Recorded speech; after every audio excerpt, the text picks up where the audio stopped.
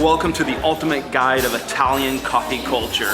It's the gateway drug. There are few things as iconic and integral to the Italian way of life as their coffee rituals. But be aware, there are unwritten rules that could make or break your coffee experience. From the perfect morning cappuccino to the forbidden post-dinner latte, Italy's coffee culture is rich with tradition and nuance. You and I are embarking on a journey through the bustling coffee bars, the charming piazzas, to unravel the secrets of Italy's classic coffees. By the end of this video, I promise you'll be able to navigate the Italian coffee scene like a local. We're diving right in to the first bar, but stick with me. I'll explain the rules on tipping and the cappuccino curfew. Un cappuccino?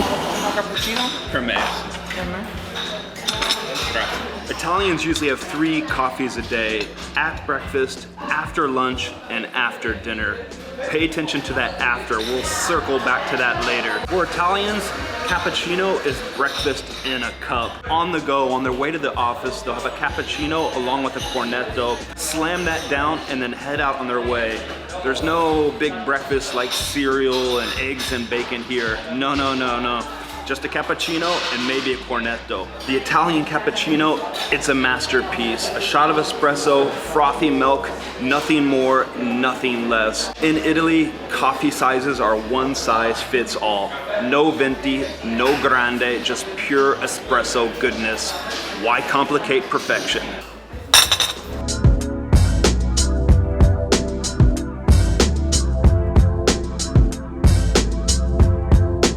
Ciao, grazie. Ciao. What about leaving a tip after you've had your coffee? Well, we'll get to that here in a minute, but I want to speak about this cappuccino curfew. What is that, and why is there a cutoff at 11 a.m. for drinking cappuccinos? Italians, they're a strange lot. Let me explain. They consider a cappuccino like a meal in itself. So you wouldn't have one after you just finished having lunch or dinner. For breakfast, well, that is breakfast itself. And that's how this 11 a.m. curfew came about. It's like wearing flip-flops to a black tie event. Sure, you can do it, but expect some strange looks and a lot of whispers.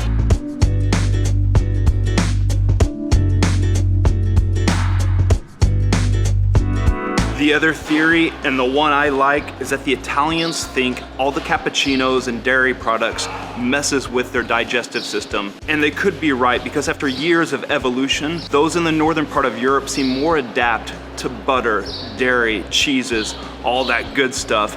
Down in the southern part of Europe, where they had olive oil for all those years because they didn't have the natural refrigeration methods back in the days, they don't seem to be able to handle so much milk, so much dairy product, and so many cappuccinos. Either way, you've been warned about the cappuccino curfew, but there are a few exceptions to the rules, and I'll get to that. Is there a cappuccino curfew past 11? Of course. Yeah. You cannot have cappuccino past 11 in Italy. Why? In the US, why not? Because you get judged by your fellow Italians if you do. I mean, if you're a foreigner, they go, well, I forgive them, they're foreigners after all. But as an Italian, if I do it, I would be judged terribly, and I don't want to do that. Anna, do you know about the cappuccino curfew? I do. I don't follow it. Do you break it? Yeah, I break it too. Now let's go over a few phrases you might want to know when you're here in Italy, working your way around all the coffee shops. First of all, a coffee shop is simply called a bar here in Italy, like what you think is a beer bar back in the United States or in other parts of the world. A bar in Italy sells coffee, sells cocktails, sells beer, sells alcohol, and sometimes they sell stamps and tobacco. So if you go to a bar, that's where you get your coffee. The next, well, it's a phrase, vorrei un cappuccino. That means I would like a cappuccino. Vorrei un cappuccino. And you can add on to that, per favore. Vorrei un cappuccino, per favore. I would like a cappuccino, please. Here, if you just want that straight shot of espresso, that's called a caffè espresso, or just simply a cafe. So let's try that. Vorrei un caffè, per favore. Got it? Okay, now andiamo al bar. Let's go to the bar.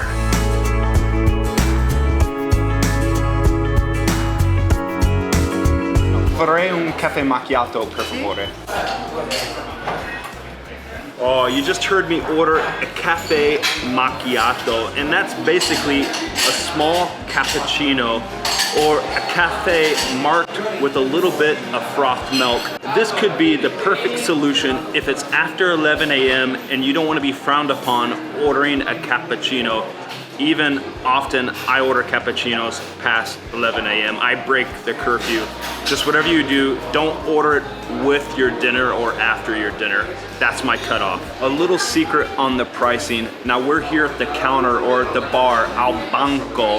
And if you stand at the bar, the prices are fixed and they can't charge you anything more. But if you take a table outside, there can be a price hike, and that can be from a little bit up to a lot depending on the city you're in or depending upon the view you have in front of the bar. So if you take your coffee or your cappuccino at the bar, the prices, well, they're pretty reasonable, in fact pretty cheap. For a cafe espresso, you're gonna pay $120 up to maybe $180. For a cappuccino, you're gonna pay $1.50 up to €2, $2.50. If you take it outside, expect a price hike. Now for you, the traveler, that may not be anything on your vacation. You know, what's €8 for a cappuccino when right in front of you, you have a big piazza and a big cathedral? Take it all in, savor the moment, but just be warned, these are the rules when you're at a coffee bar. Ciao. Now, do you pay first before having your coffee? In many places in Italy, you don't need to pay first. Just go right up to the bar and order what you want. Vorrei un cappuccino, per favore, and you're on your way. In big tourist cities or at the rest stop on a highway, you need to pay first. And there'll usually be a cashier over on the other side. So you go pay to the cashier, you get your receipt, and then you go up to the bar and let the barista know what you want. Alternatively, just scope out the area and see what the other patrons are doing and follow their lead. Or just go right up to the barista, try ordering, and if you need to pay first, he'll tell you to go over to the cashier, pay first, and get that receipt. And don't worry, I'll get to all that business about tipping. But remember the new phrase that we learned there, cafe macchiato, the little miniature cappuccino. Vorrei un caffè macchiato, per favore. Now let's recap the coffee types and go over some new ones. You got your cafe, the basic shot of espresso. You have your cappuccino.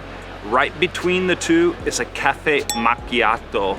You have your straight up cafe. Below that is the cafe corto or the cafe ristretto.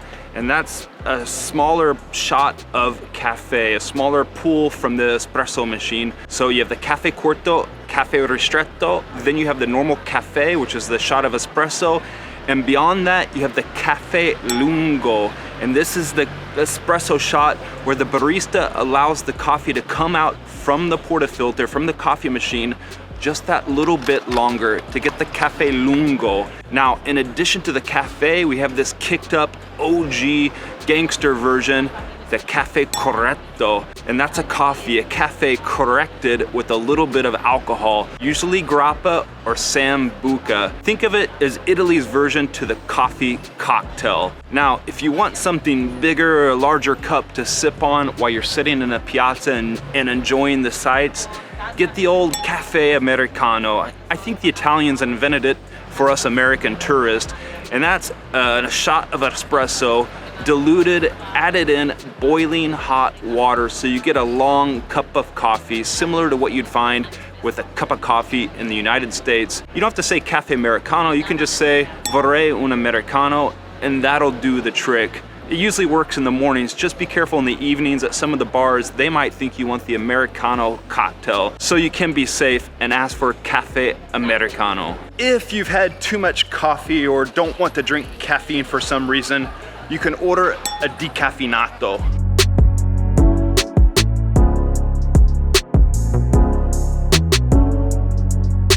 We already know the basic phrases for ordering a coffee. Vorrei un cappuccino, per favore. But what about when you go up to the cashier and pay for the coffee and you want it at the counter or you want it at the table? Well, if you want it at the counter, you say al banco, per favore, at the counter, please.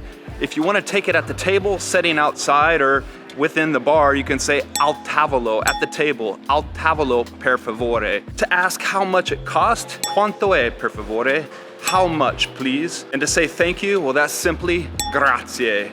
No thank you is no grazie, no grazie. And what about the numbers? Some simple numbers, un caffè, due caffè, tre caffè. Caffè stays the same in all instances. Un caffè, due caffè, tre caffè. Vorrei tre caffè per favore.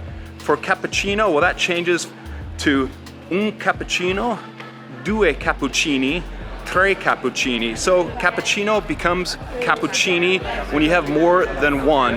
Due cappuccini per favore. If you're enjoying all this content, you're getting a lot out of it, click that subscribe button down below. It helps me grow the channel and helps these videos get out to a wider community of travel and food lovers like yourself. Also, if you find all this a bit overwhelming, well, I made an e-guide that you can download, have in your pocket as a PDF on your smartphone. An e-guide for the essential things you need to know about traveling and visiting Italy.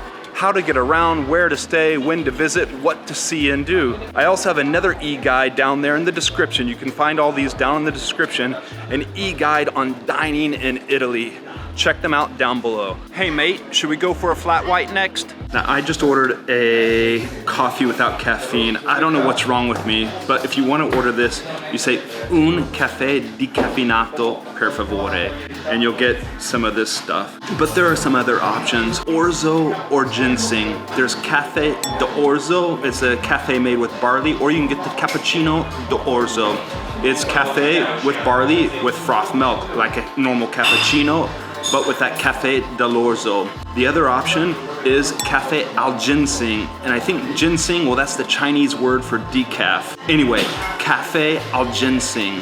Mothers feed their children caffè dell'orzo or cappuccino dell'orzo for breakfast in the morning when they're growing up. It's the gateway drug. Grazie. Ciao. Grazie. Ciao. So what about flat whites, mate? I hear you're asking. Well, Italy doesn't have these hipster coffees. Those specialty coffee shops, they are starting to appear where you can get your flat whites, your cold brews, your Gibraltars. Also there you can find different sized cappuccinos, small or large. And if you want to talk about takeaway, coffee on the go, don't do that in Italy. However, since 2020, paper cups are starting to appear in the coffee shops. I can remember before 2020, the coffee bars would do takeaway for their neighboring businesses. They'd put the saucer on top of the espresso cup and deliver it to the business next door. It's so cute and seemingly impractical, but that's the way they delivered their coffee. Now you can find paper cups, and you can also find paper cups for even the small espresso shots, which seems ridiculous and really not good for the world. Italians, they take their coffee at the bar. They don't take it to go and walk around with the big paper cup. If you want to do that here in Italy, well, don't. When you're here in Italy, just enjoy, savor the coffee experience. Sit in a piazza, stand at the bar. If you must do that, if you must get one of those big paper takeaway cups, go to the Starbucks. Yes, Starbucks does exist here in Italy. Go there. Remember that I said I'd explain to you the exception to the cappuccino curfew rule and what you need to know about tipping? Well, we're gonna get to that. First, I wanna let you know I have an email newsletter that I'm putting out regularly with all sorts of travel tips and hacks. Things like drinking coffee around here in Italy. You can sign up for free. There's a link in the description down below. Now, the exception to the cappuccino curfew. Well, the good news in Italy is that the rules are rarely enforced and rarely followed. You can drink cappuccino at all times of the day, anytime you want. I often have them after lunch. My only suggestion for you is don't order it with your lunch. After you're finished with your lunch, what I suggest, finish it and then go to the bar down the street and explore a new place and have a cappuccino there. Now, what do you need to know about tipping? How much should you leave at the table when you're finished with your cappuccino, or at the bar when you just knock back a cafe espresso? Well, nothing. In Italy and in the rest of Europe, don't tip. If it seems complicated, and yes, it can be, don't worry, because I made a video on all the things you should never do when you're here visiting Italy. Watch it here next.